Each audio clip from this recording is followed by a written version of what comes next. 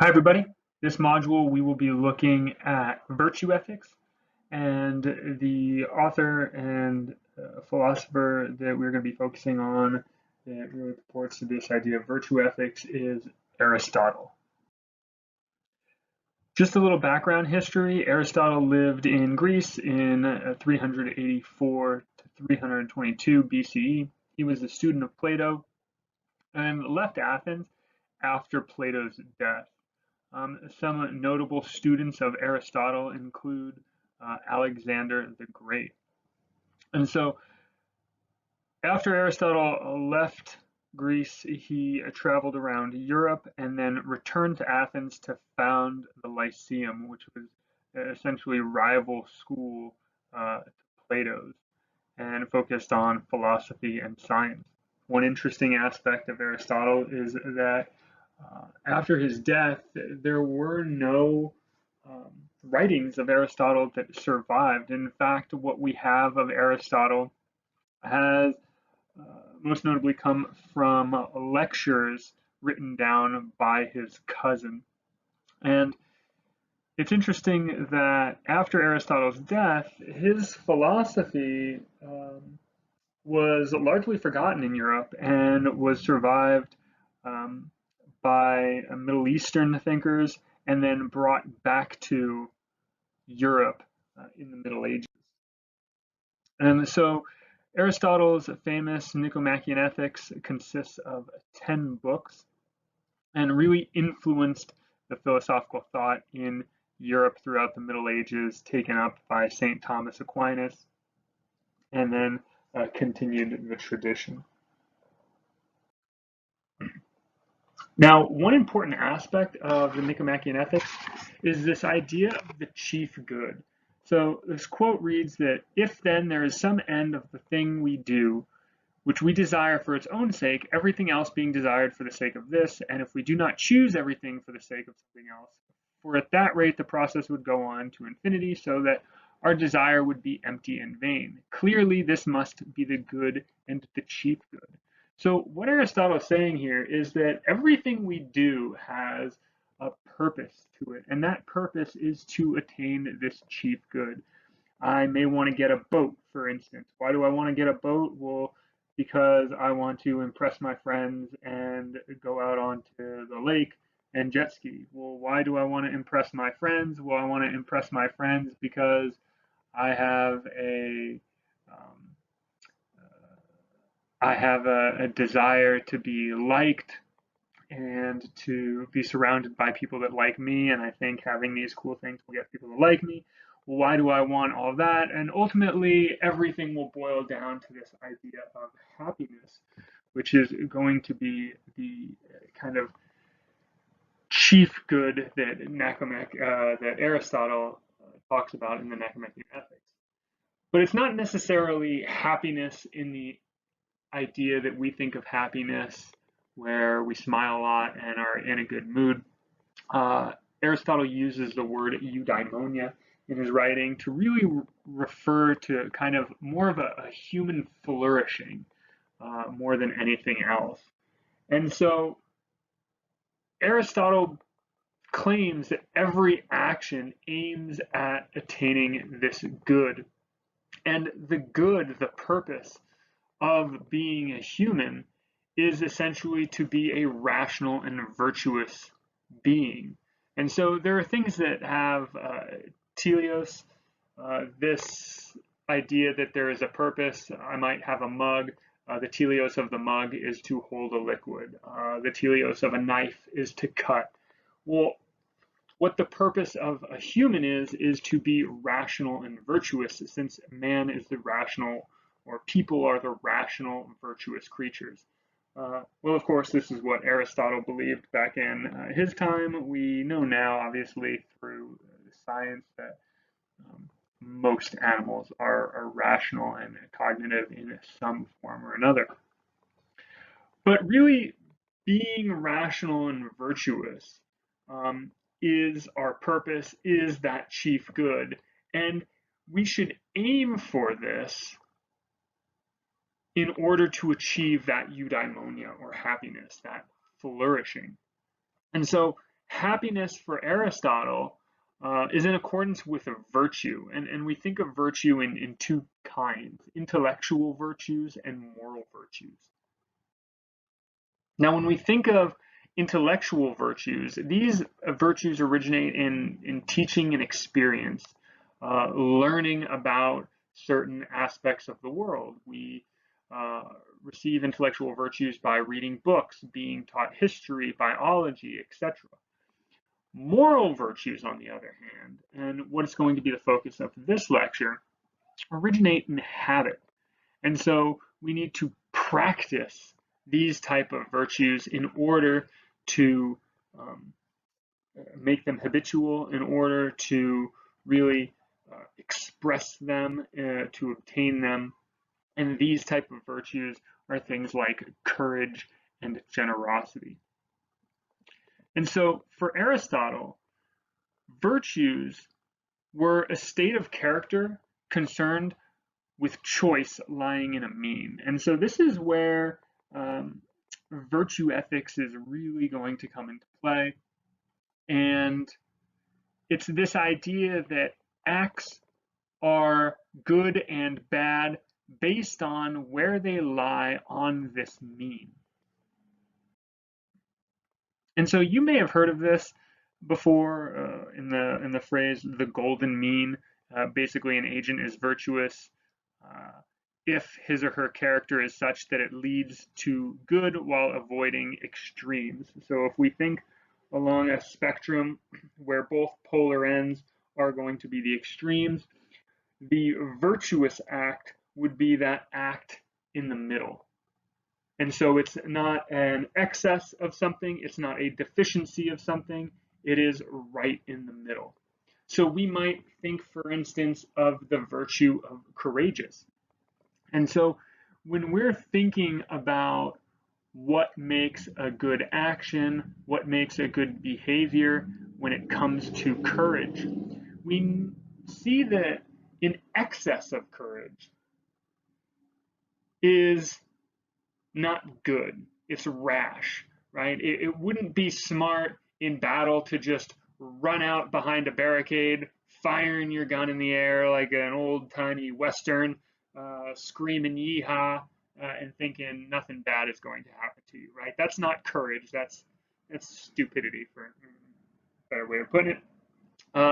And then on the polar end of the spectrum, we also see that cowardice is the other end. So if you're going to run into battle and not care for your own well-being, that would be rash, not courage.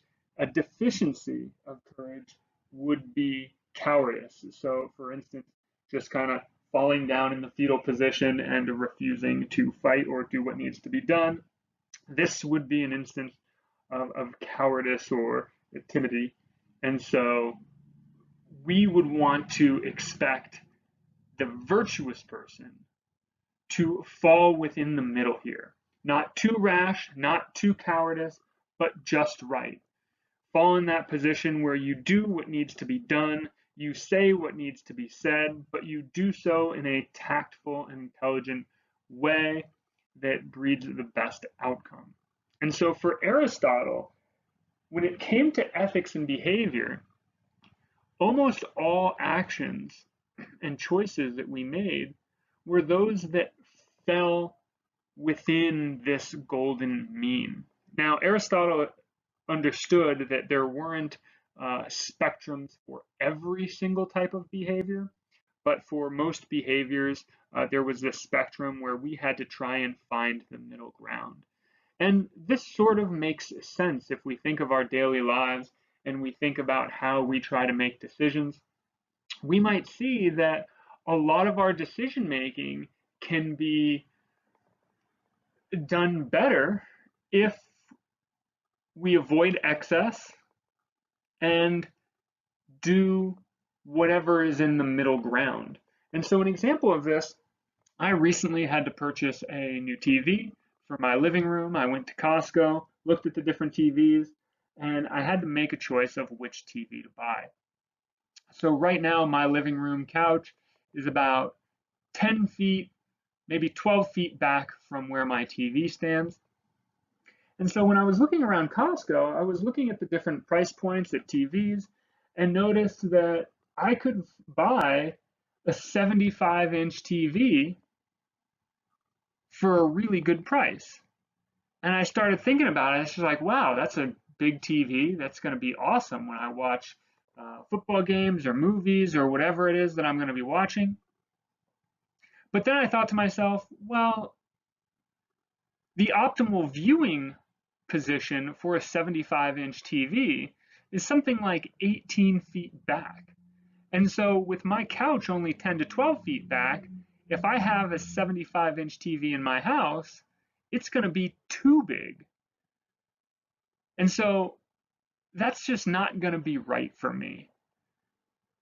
In addition, I can look at the price points and I can look at TVs that were 32 inches. 32 inches, very cheap TVs nowadays. You can buy a 32-inch TV for relatively cheap. But 32 inches is nothing nowadays, right? And so I don't want a 32-inch TV because I'm going to want to have surround sound. I like to play video games, and so I'm going to need to see bad guys that I have to shoot, and I can't be squinting to determine whether or not the bad guy running at me is a tree or an actual bad guy. So I need something a little bigger, something that's going to really bring me into that experience. And so 32 inches is too small. And so what I ended up settling with was a 55-inch TV. It fit perfectly in my living room. It was a good price point. And we can see that based on that middle ground, I was able to make the best decision for myself.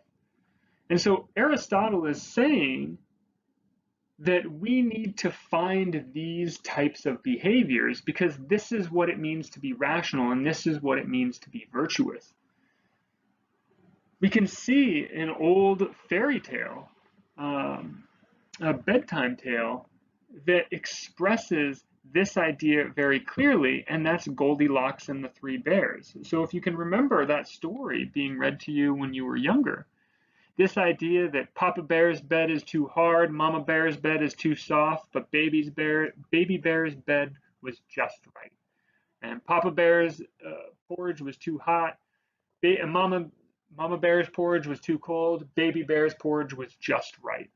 So we can see that there are certainly those instances where we're trying to find this middle ground. And again, another example can be something like eating spicy food, right?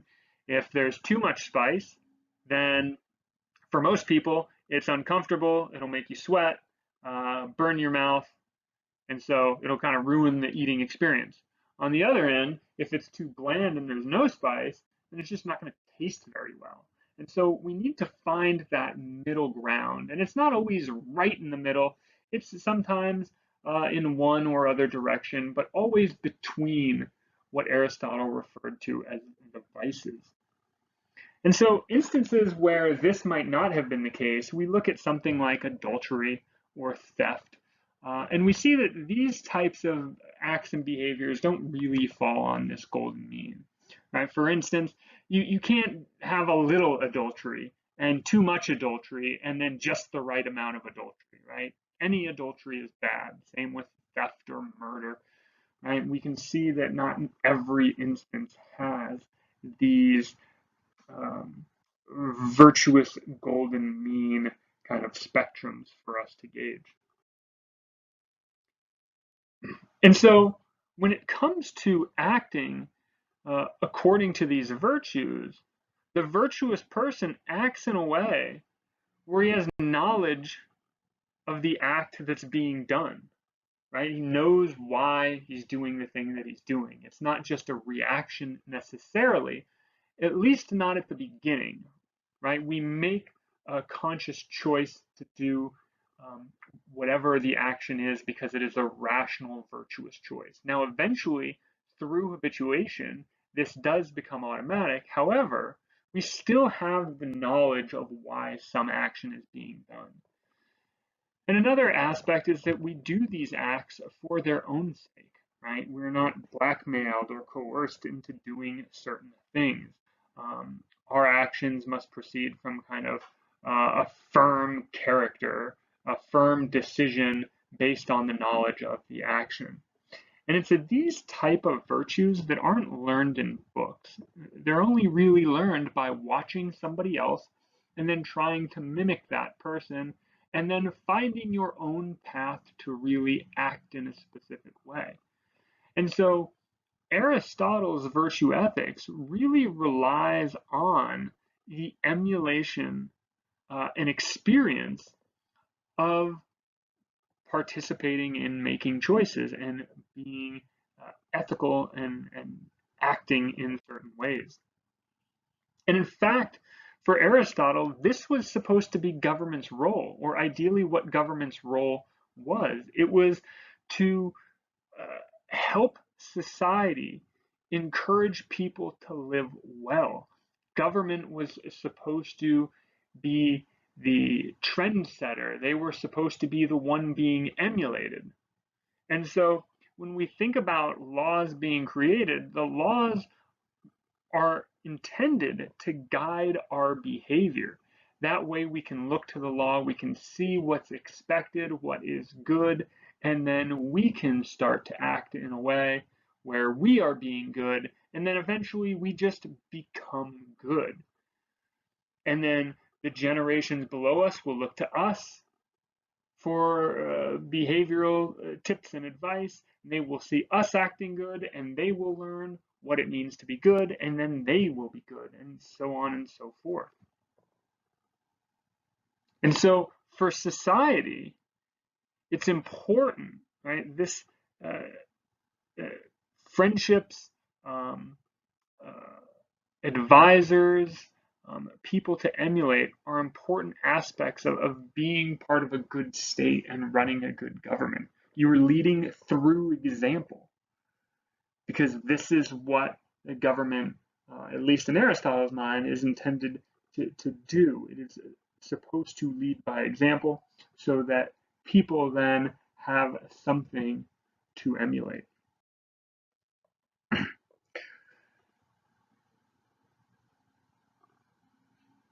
But we might ask, how does the government help one live well?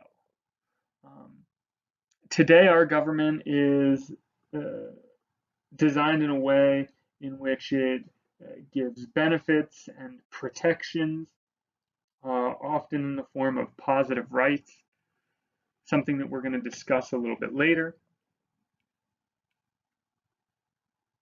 But how would something like that really allow us to live well? Because if the role of the government is to help citizens live well, then what obligation does the government have to help those who are less fortunate?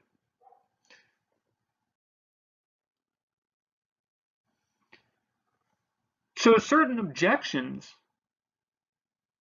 to this moral theory, first and foremost, is that Aristotle doesn't really explain that kind of role in terms of helping the less fortunate, only that living good will create good character, and then good character will eventually help.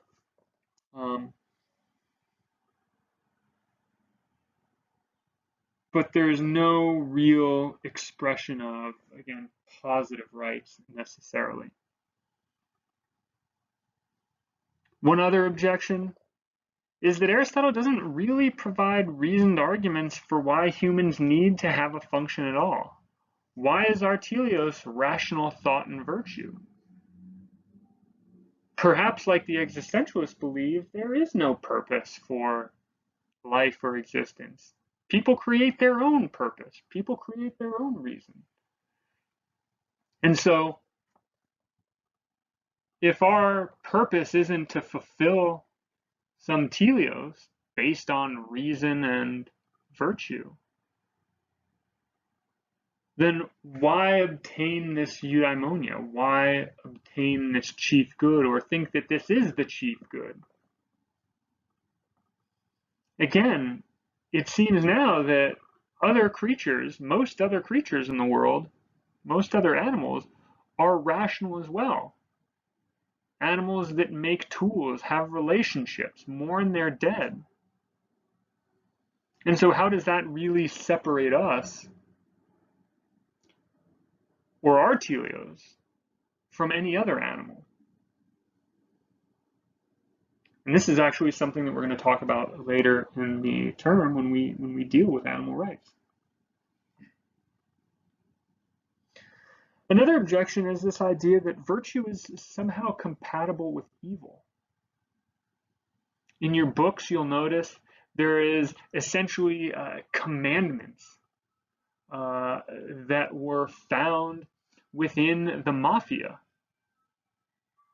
And if you look at these commandments, you'll see that people within the mafia had certain virtues, had certain rules and ethical codes of conduct for one another that seemed incredibly virtuous. And yet, this group of people is known to extort and murder and assault.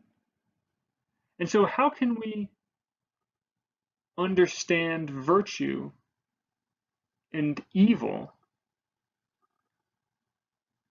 and this seemingly compatibleness?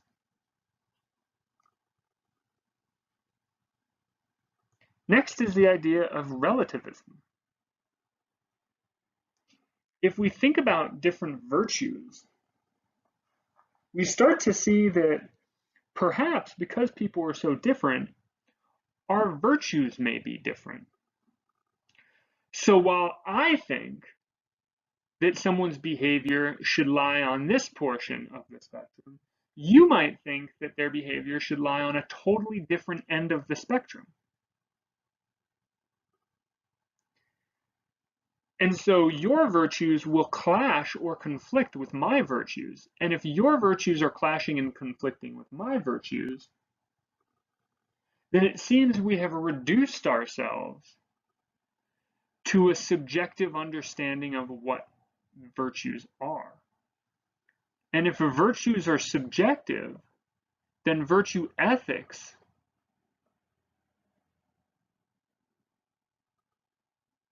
unravels essentially to egoism or moral relativism, where we're essentially doing what we think or what society thinks, but other societies do it differently or other people do it differently. And if their virtues clash with our virtues, well, there's no real right or wrong. It's right for them, right for us. And so this idea of good and bad actions, virtues versus non-virtues, virtues versus vices, doesn't seem to exist. Not to mention, lastly, it doesn't even seem like there may be such a thing as this character, as me being a virtuous person. For instance, I don't consider myself a stupid person, but I do very stupid things, quite often actually. Same thing with bravery. Sometimes, if I'm feeling in the mood, I can be very brave. Other times, I can be a coward. I can be that one, balling up in the fetal position in the corner. And so when it comes to saying that someone is intelligent, someone is brave, someone is kind, does it make sense to really associate these character traits with an individual? Because it seems like everybody can be kind. It seems like everybody can be brave. Do I have to be brave 40% of the time? 51% of the time? 90% of the time? Even evil people are loved, do generous and kind things. And even the best of us do very horrible and selfish things.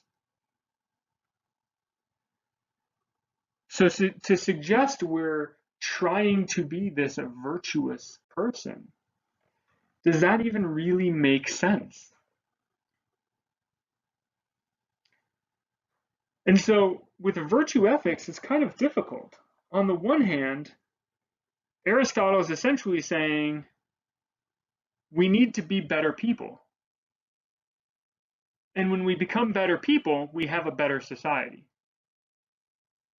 But then we ask ourselves, okay, well, how do you become better? And Aristotle doesn't really provide reasons for that. There is no guidebook to how to be virtuous, other than watch somebody who's virtuous and then do what they do. But as we've seen, if I think that one person is virtuous and you think somebody who acts completely opposite is virtuous, who's right and who's wrong? And so it seems like Aristotle's saying a lot of nothing here. Ultimately, though, this is one of the big three moral theories that we're going to be looking at in this class. And you'll see after we talk about the other two, utilitarianism and deontology, that do have very strict rules about how to act and how to behave morally, you might end up feeling, well, Aristotle's kind of onto something. And there doesn't really seem to be a pattern or rule book for how to do this. And we just need to be good, for goodness sake.